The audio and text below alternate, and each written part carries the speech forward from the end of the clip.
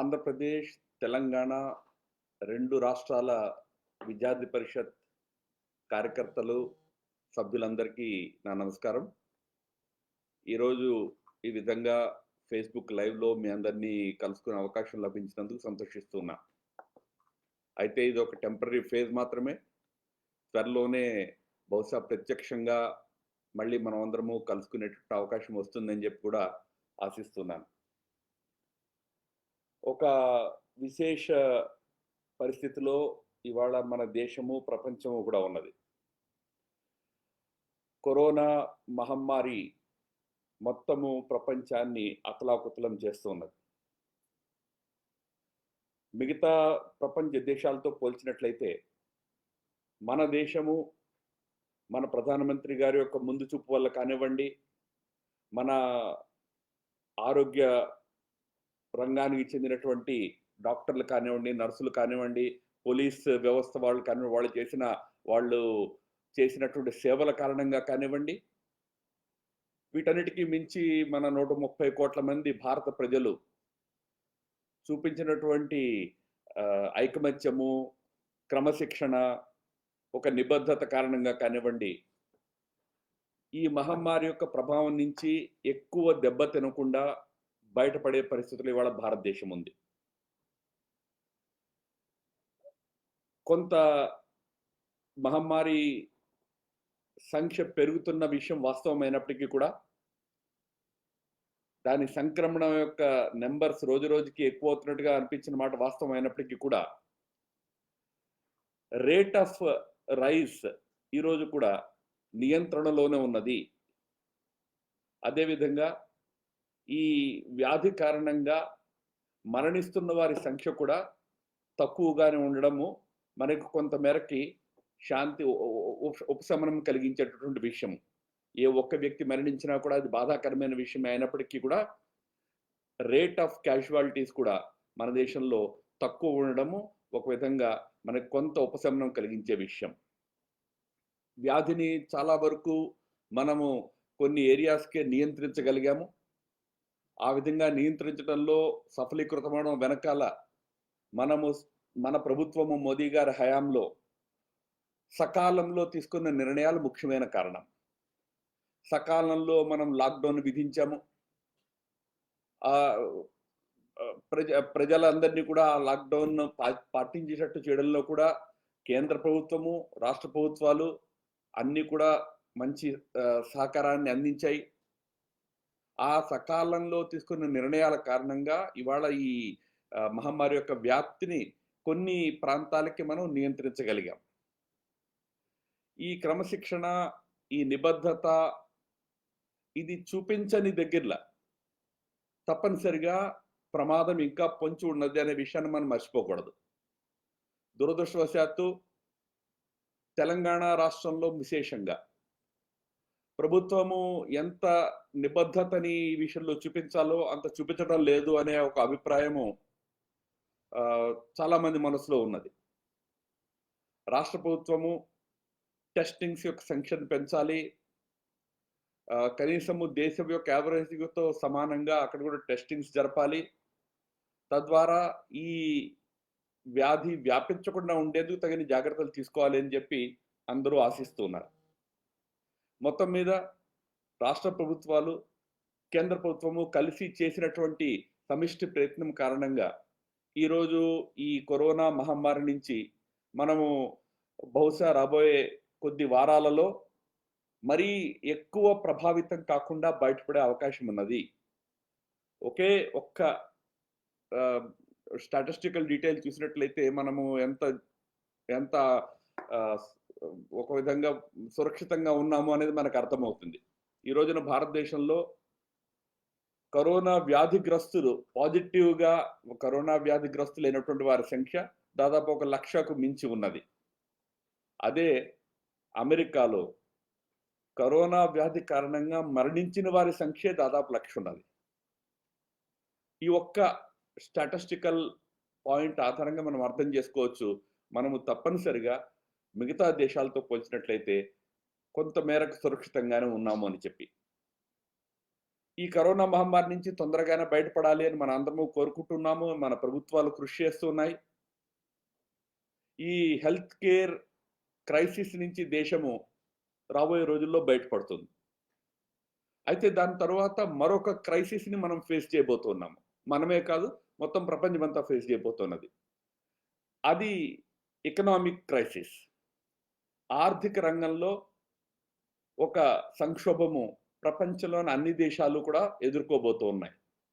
Corona కారణంగా గత 8 వారాలుగా దాదాపుగా ఆర్థిక వ్యవస్థలన్నీ నిలిచిపోయిన కారణంగా ఒక పెద్ద ఆర్థిక సంక్షోభము ప్రపంచవ్యాప్తంగా తలెత్తింది. అన్ని దేశాలు కూడా రిసెషన్ వైపుకి ముందుకు పోతూ ఉన్నాయి. భారతదేశం కూడా ఆ ఆర్థికమైనటువంటి ఒక ఛాలెంజ్‌ని ఎదుర్కొనక తప్పదు. భారత ప్రభుత్వము ఆ ఛాలెంజ్‌ని ఎదుర్కోవడానికి తగిన సన్నాహాలు చేస్తూ ఉన్నది. కరోనా వ్యాధితో ఒకవైపు పోరాడుతూనే మరోవైపు ఆ ఆర్థిక సమస్య, ఆర్థిక సంక్షోభం ఏదైతే రాబోతున్నదో దానికి ఎవరైతే అందరికంటే ముందు టార్గెట్ అవుతారో, ఎవరైతే అందరికంటే ముందు దాని ప్రభావానికి లోనయ్యే అవకాశం ఉన్నదో వారి విషయంలో అనేక రకాలైనటువంటి సహాయక చర్యలను తీసుకోవడం కూడా మన ప్రభుత్వం ప్రారంభం చేసింది.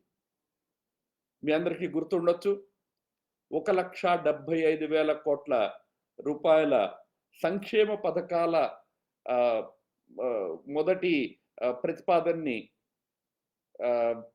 కేంద్ర ఆర్థిక మంత్రిత్వ శాఖ 3 వారాల క్రితం విడుదల చేసింది. 1,75,000 కోట్ల రూపాయలని కేవలము పేద ప్రజల సంక్షేమం కోసమనే ఖర్చు పెట్టడం కోసం అని చెప్పి ఇయర్ మార్క్ చేయడం జరిగింది. ఆ ధనం ద్వారా దేశంలో దాదాపు 40 కోట్ల మంది పేద ప్రజలకి రేషన్, కనీస జీవన అవసరాలను తీర్చేటటువంటి రేషన్ అందించే ప్రయత్నం జరిగింది. దాంట్లో భాగంగానే 30 కోట్ల మంది పేద మహిళలకి నెల 500 రూపాయలు వారి సొంత ఖర్చుల కోసం అని చెప్పి కేటాయించడం జరిగింది. 8 కోట్ల కుటుంబాలకి ఉచితంగా గ్యాస్ సిలిండర్లు ఇచ్చేటటువంటి వ్యవస్థ చేయడం జరిగింది. ఇదంతా ఎందుకు చేసినారంటే ఆర్థిక సంక్షోభం వచ్చినప్పుడు అందరికంటే ఎక్కువ ప్రభావితమైనటువంటిది పేద ప్రజలు. ముందు వారి యొక్క దైనందిన జీవిత అవసరాలు తీరే వ్యవస్థ కావాలి. దాన్ని దృష్టిలో ఉంచుకుని మనం ఆ 1,75,000 కోట్ల రూపాయల అనౌన్స్మెంట్‌ని చేయడం జరిగింది. తర్వాత రెండవ దశలో గత 4-5 రోజుల్లో ఆర్థిక మంత్రి డాక్టర్ నిర్మలా సీతారామన్ గారు రెండో విడత ఏవైతే ఆర్థిక రాయితీలు, ఆర్థిక సహాయ సహకారాలు అందించే ప్రస్తావనలు ఉన్నాయో వాటిని ప్రకటించారు. ఈ రెండో విడత చేసిన ఆర్థిక సహాయ సహకారాల విషయంలో అక్కడక్కడ కొన్ని విమర్శలు వినిపిస్తున్న మాట వాస్తవం. అయితే ఒక విషయాన్ని మనం అర్థం చేసుకోవాలి. ఈ రెండో విడత ఆర్థిక సహాయాన్ని ప్రకటించే ముందు ప్రధానమంత్రి శ్రీ నరేంద్ర మోడీ గారు దేశ ప్రజల ముందుకు వచ్చి ఒక ప్రస్తావనని దేశ ప్రజల ముందు ఉంచారు. అదేమంటే ఇక ముందు మనము ఆత్మ నిర్భరత వైపు ముందుకు సాగాలి అని చెప్పి.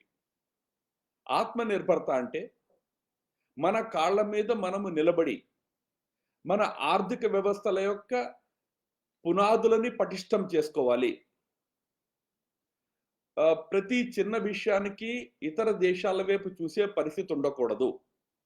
ఇది ఆత్మనిర్భరత అంటే. ఆత్మనిర్భరత అర్థము ప్రపంచం నుంచి మనము తలుపులు వేసేసుకుని దూరంగా కూర్చుంటాము, మనని మనం బంద్ చేసుకుని కూర్చుంటాము అని ఎంత మాత్రం కాదు. ప్రపంచ ఆర్థిక వ్యవస్థలతో కలిసిమెలిసి సహజీవనం చేస్తూనే మన యొక్క ఆర్థిక పునాదుల్ని పకడ్బందీగా చేసుకోవడము.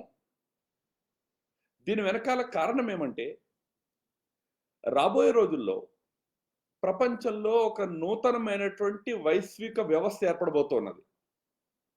ఆ నూతన వైశ్విక వ్యవస్థ గత వైశ్విక వ్యవస్థ లాగా సెక్యూరిటీ ఇష్యూస్ మీద, రక్షణ సంబంధమైన విషయాల మీద, లేదా ట్రేడ్ వ్యాపార సంబంధమైన విషయాల మీద మాత్రమే పరిమితమైనటువంటి వ్యవస్థగా ఉండబోదు.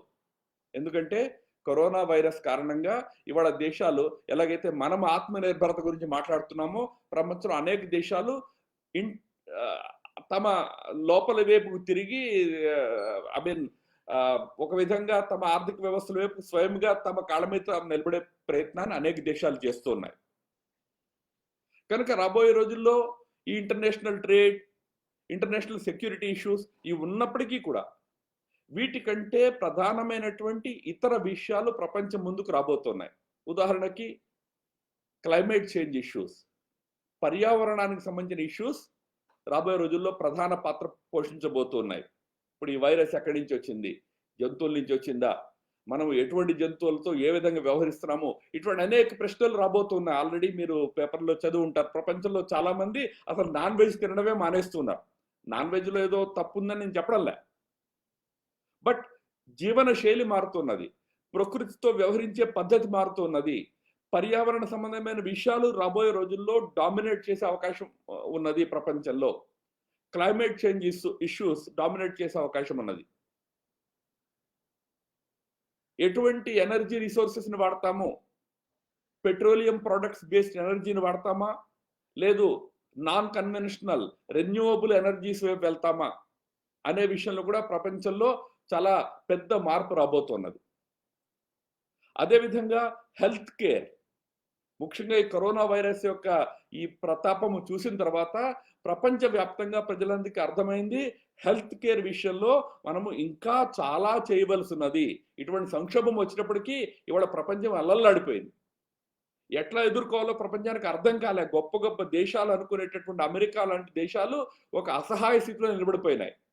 అందరికీ అర్థమైంది హెల్త్ కేర్ మనం ఇంకా చాలా ఈ క్షేత్రంలో పనిచేయవలసి ఉంది అని చెప్పి.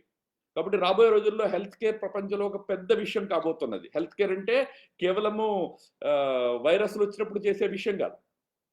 నార్మల్ హెల్త్ కేర్కి సంబంధించి హాస్పిటల్స్ కానివ్వండి, డాక్టర్స్ కానివ్వండి, నర్సెస్ కానివ్వండి, ఈ రోజున డాక్టర్స్ నర్సెస్ కూడా ప్రపంచంలో కొరత ఏర్పడింది. హెల్త్ కేర్ వర్కర్స్ లేరు ప్రపంచంలో. 22-24 గంటలు రోజుల తరబడి డాక్టర్స్ డ్యూటీస్ చేయాల్సి వచ్చింది, నర్సెస్ డ్యూటీస్ చేయాల్సి వచ్చింది. ఎందుకంటే పేషెంట్ సంఖ్య పెరగగానే దానికి సరైన అనుపాతంలో డాక్టర్స్ లేని పరిస్థితి వచ్చింది. మెడిసిన్స్ లేవు. ప్రపంచంలో కనీసం ఒక 100 దేశాలకి భారతదేశం మందులు పంపించింది. ఆయా దేశాల దగ్గర మందులు లేవు. పారాసెటమాల్ లాంటి సామాన్యమైన మందులను కూడా 40-50 దేశాలకి మనం పంపించాల్సి వచ్చింది. రాబోయే రోజుల్లో ఈ హెల్త్ కేర్ అనేటటువంటిది ఒక పెద్ద గ్లోబల్ ఎజెండాగా మారబోతున్నది. అదేవిధంగా కరోనా వచ్చిన తర్వాత జీవన శైలి, జీవన పద్ధతి, జీవించే విధానం మారబోతున్నది. దాంట్లో ఆయుర్వేదము, యోగా లాంటి మన భారతీయ ఏదైతే జ్ఞాన సంపద ఉన్నదో దాని యొక్క మహత్వం ప్రపంచంలో పెరగబోతున్నది. ఎటువంటి ఆహారాన్ని తీసుకోవాలి, ఎటువంటి జీవన శైలిని కలిగి ఉండాలి. ఆల్రెడీ మనం యోగాని ప్రపంచంలో బాగా పాపులరైజ్ చేశాం.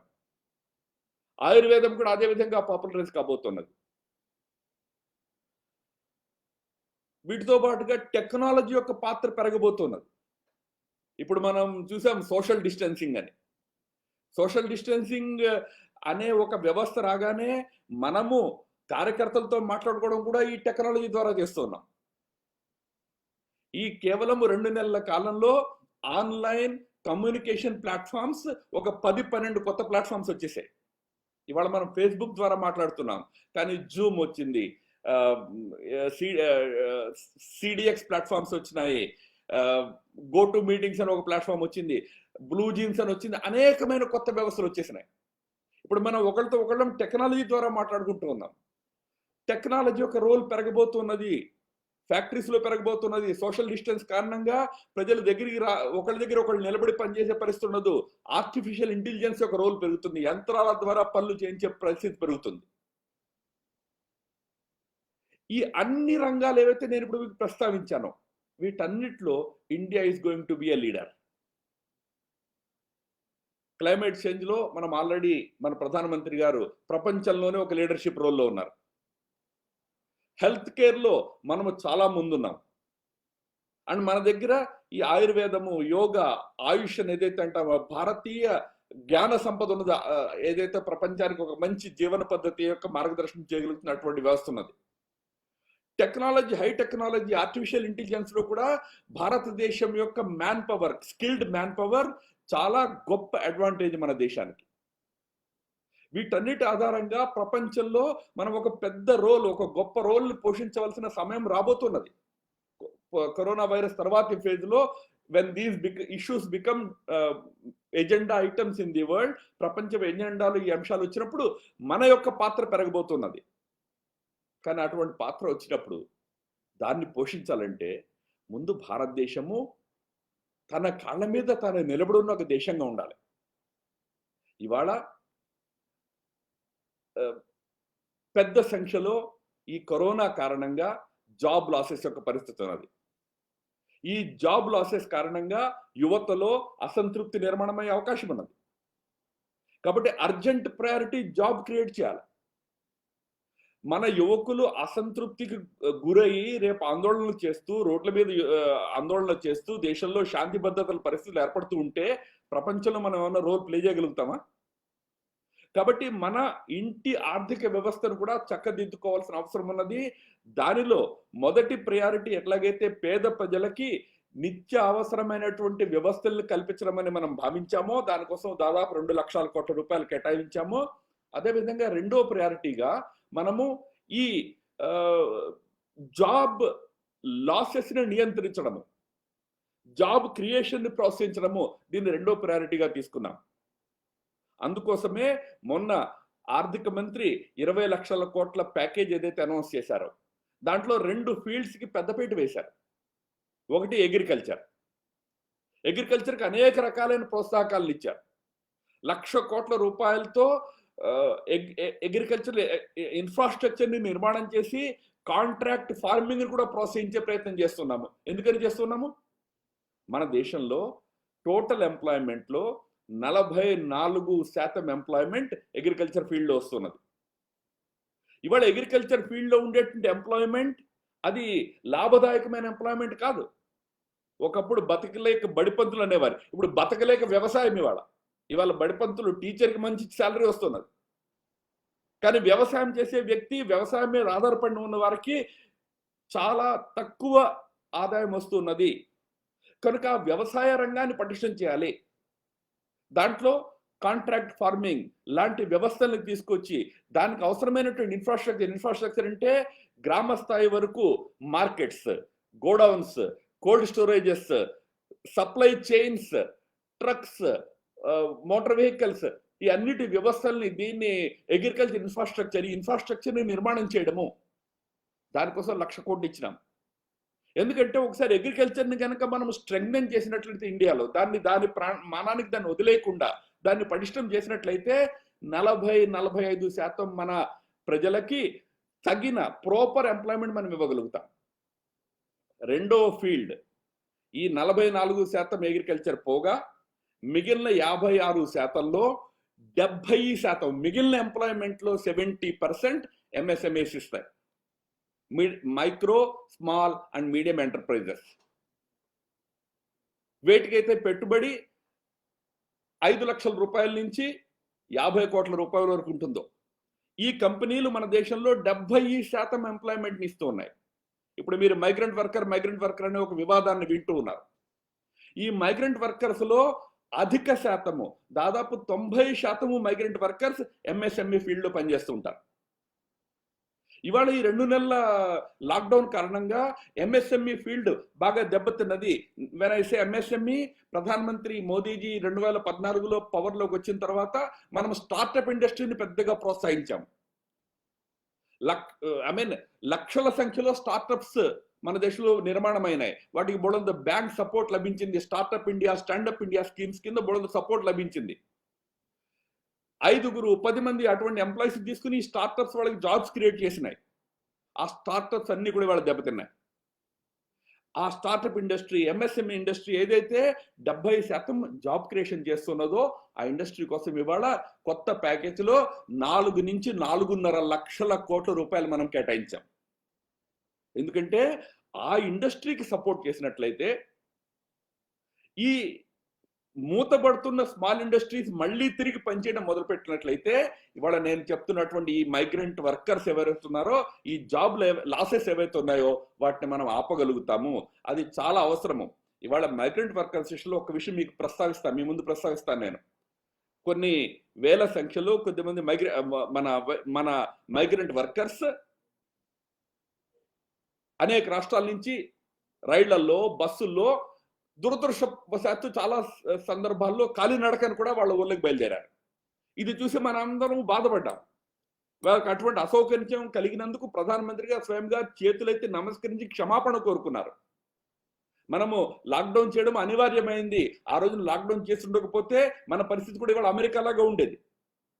కాబట్టి ఒక అనివార్య పరిస్థితుల్లో లాక్డౌన్ చేసినందువల్ల మన మైగ్రెంట్ వర్కర్స్ లో కొద్ది మందికి అసౌకర్యం కలిగిన మాట వాస్తవము. దాని క్షమాపణలు కూడా మనం కోరాం. అయితే ఒక్క విషయాన్ని మనం విమర్శించేవారు చాలా మంది వాళ్ళు అయిపోయినారు మైగ్రెంట్ వర్కర్స్ విషయంలో. వాళ్ళు ఒక విషయం గుర్తుపెట్టుకోవాలి, భారతదేశంలో నేను ఇందాక చెప్పినటువంటి స్మాల్ ఇండస్ట్రీ, మైక్రో ఇండస్ట్రీ ఇవన్నీ కలుపుకుని, అగ్రికల్చర్ ఇవన్నీ కలుపుకుని మొత్తం ఉండే మైగ్రెంట్ వర్కర్ల యొక్క సంఖ్య దాదాపు 14 కోట్లు. కొంతమంది స్వరాష్ట్రంలో ఉంటారు, కొంతమంది ఇతర రాష్ట్రాలకు వెళ్ళి పనిచేస్తుంటారు. 14 కోట్లు. ఈ 14 కోట్లలో కొన్ని లక్షల మంది ఇవాళ తప్పనిసరిగా ఈ మైగ్రేషన్ లోపల ఉన్నారు. ఇవాళ రోడ్ల మీద ఉన్నారు, కొన్ని దగ్గర ఆందోళనలు అవుతున్నాయి. But remember the actual number is 14 crores. దాంట్లో దాదాపు 12-13 కోట్ల మంది ఇంకా వాళ్ళ ఊళ్ళలోనే ఉన్నారు, వాళ్ళ ప్లేసెస్లోనే ఉన్నారు, వర్క్ ప్లేసెస్లోనే ఉన్నారు. వాళ్ళు కదలలే. ఎందుకు కదలలేదంటే వాళ్ళకి ఇంకా హోప్. 2 నెలల తర్వాత, ఈ 2 నెలలకి ప్రభుత్వం ఇన్సిస్ట్ చేసిన కారణంగా జీతం లభించింది. 2 నెలల తర్వాత మళ్ళీ మన ఇండస్ట్రీ స్టార్ట్ అవుతుంది, మన స్మాల్ ఇండస్ట్రీ స్టార్ట్ అవుతుంది, మన పని మనకు లభిస్తుంది, మళ్ళీ మనం పని చేసుకోవచ్చనే ఉద్దేశంతో వాళ్ళు వెయిట్ చేస్తున్నారు ఈ 12-13 కోట్ల మంది.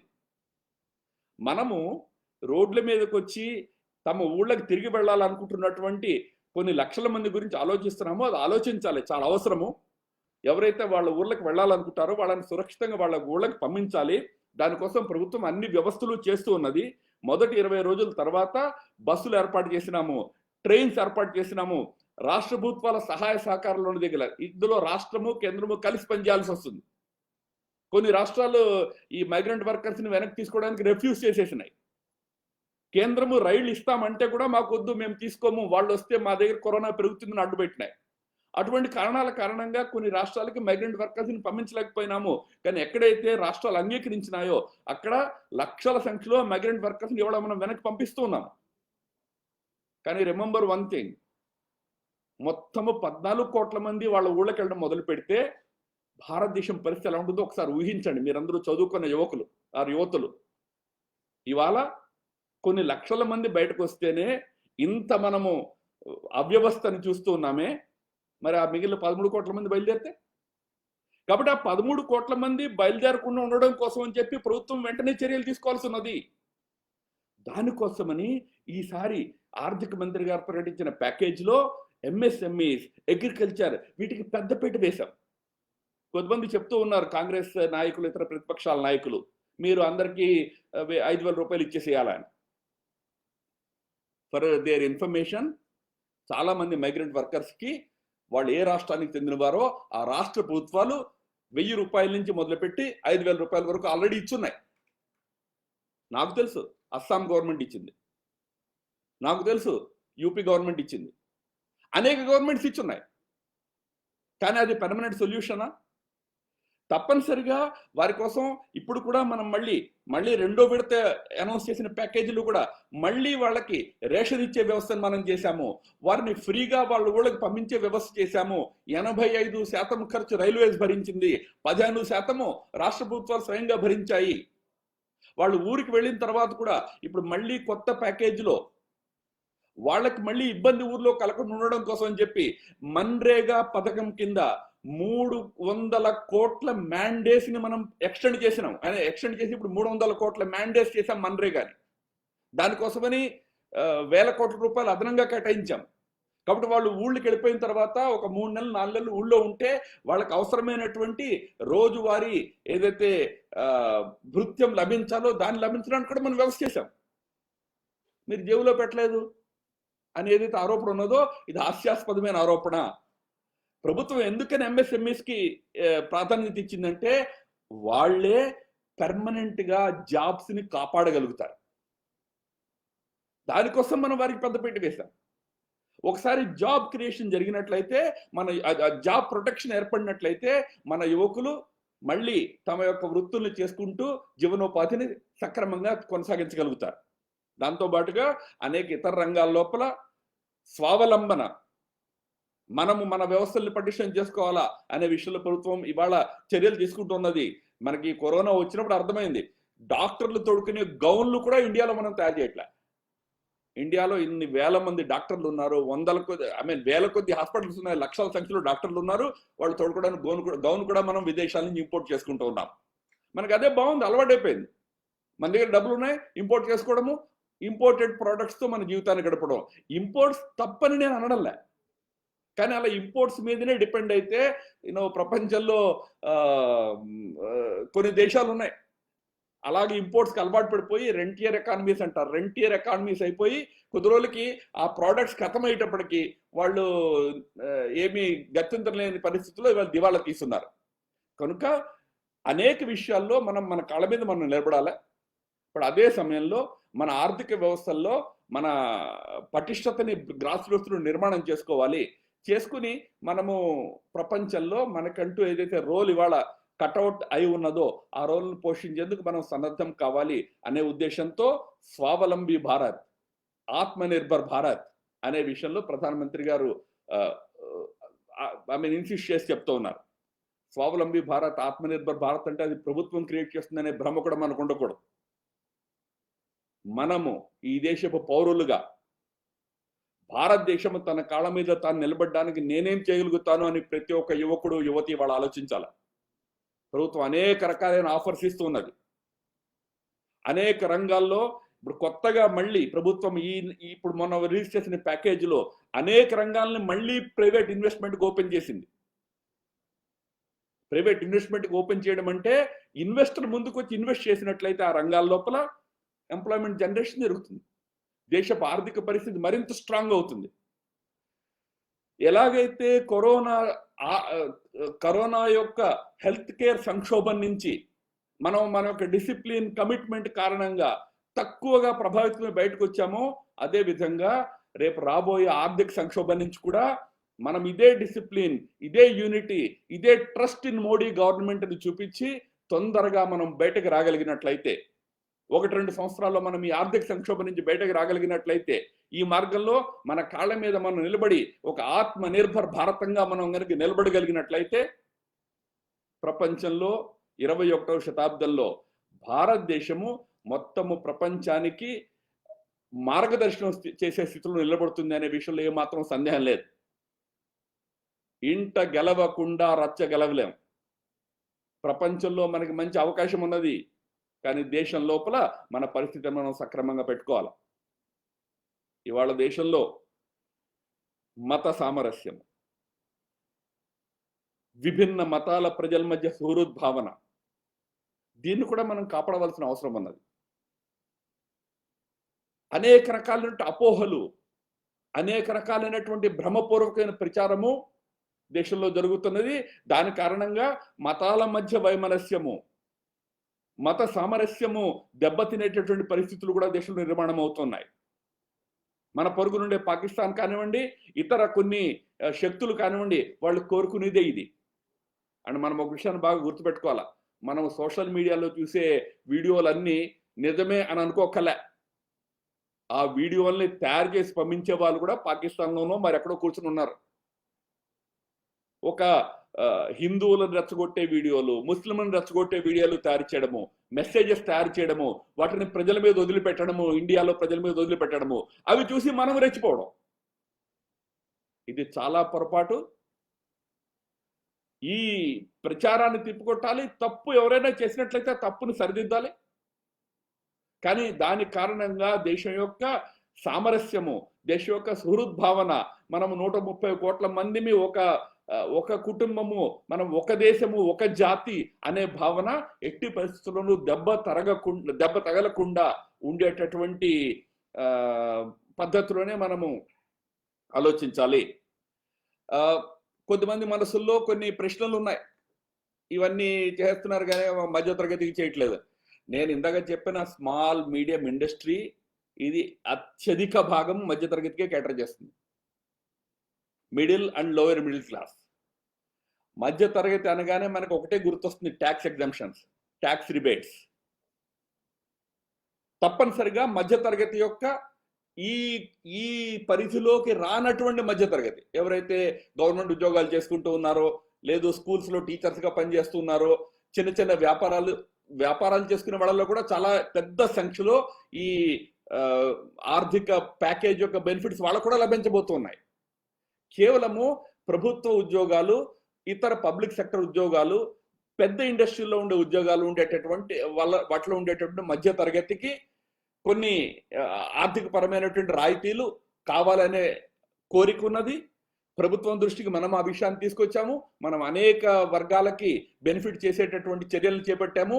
ఇక దేశంలో వీటికి బయట మిగిలి ఉన్నటువంటి మధ్య తరగతి ఏదైతే ఉన్నదో, నాట్ ఫుల్ మిడిల్ క్లాస్, మిగిలి ఉన్న మధ్య తరగతి, ఇందాక చెప్పినట్టుగా ఉద్యోగస్తులు, బ్యాంక్ ఉద్యోగం చేసేవాళ్ళు, లెక్చరర్గా పనిచేసేవారు, టీచర్గా పనిచేసేవారు, ఇటువంటి మధ్య తరగతి వర్గం ఏదైతే ఉన్నదో వారికి కూడా కొన్ని సహాయాలు, కొన్ని రాయితీలు ఇవ్వాల్సిన అవసరం ఉన్నది.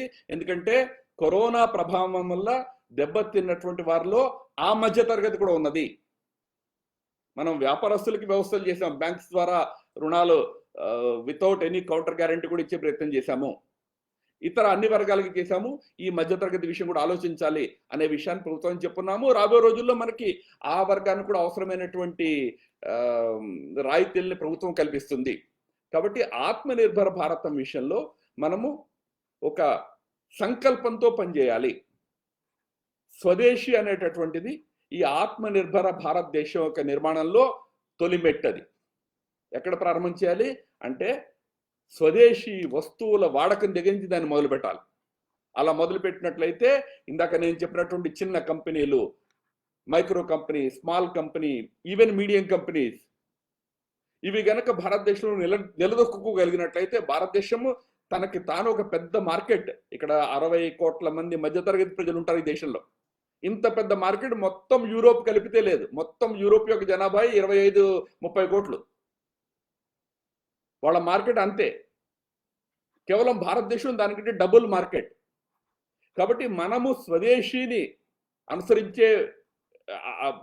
ఆచరించే ప్రయత్నం ప్రారంభం చేసినట్లయితే మన యొక్క స్మాల్, మైక్రో, మీడియం ఇండస్ట్రీస్ని మనం స్ట్రెంగ్థెన్ చేయగలుగుతాము. అవే ఈ దేశంలో ఎంప్లాయ్మెంట్ని క్రియేట్ చేస్తాయి. అవే మనకి ఎక్స్పోర్ట్ బేస్ని కూడా క్రియేట్ చేస్తాయి, ఎగుమతుల బేస్ని కూడా క్రియేట్ చేస్తాయి. ఒకసారి ఆ స్వదేశీతో మనం ప్రారంభం చేసి, బట్ స్వదేశీ అంటే ఏదో విదేశీయులను వ్యతిరేకించడమే స్వదేశీ, విదేశీ పెట్టుబడులను వ్యతిరేకించడమే స్వదేశీ అనే ఆలోచనకి పోకుండా స్వదేశీ మన ఆర్థిక వ్యవస్థల్ని పటిష్టం చేసుకోవడము, మన అవసరాలకు ఆధారంగా అన్నింటినీ స్వీకరించడము. మనకు అవసరం అనుకోండి, డిఫెన్స్ రంగంలో మనకి విదేశాల నుంచి డబ్బులు కావాలా, తెచ్చుకుంటాం. మన అవసరాలను బట్టి మనం నిర్ణయం చేసుకుంటాము ఏది కావాలి ఏదో అనేది. అది స్వదేశీ అంటే. అటువంటి ఒక స్వదేశీని తీసుకుని అదే స్వదేశీ, అదే స్వావలంబన. ఆ విధంగా ఆలోచించినట్లయితే స్వదేశీలోనూ ఆత్మనిర్భర్ భారతంలోనూ ఏమి తేడా లేదు. కాబట్టి ఆ స్వదేశీని కూడా సరైన దృష్టితో అర్థం చేసుకుని మనము ఒక స్వదేశీ భావన, మన కాళ్ళ మీద మనం నిలబడాలి అనేటటువంటి భావన, అన్నిటికీ ప్రభుత్వం వైపే చూడకుండా ప్రజలుగా మనము కూడా ఆత్మనిర్భర భారతాన్ని నిర్మాణం చేయడంలో మనమంత పాత్ర వహించాలి. వేరే ఏమి చేయలేకపోతే కనీసం స్వదేశీ వస్తువులను ప్రోత్సహించాలి అనే ఒక సంకల్పము ఇవి తీసుకుని మనం ముందుకు పోవాలి.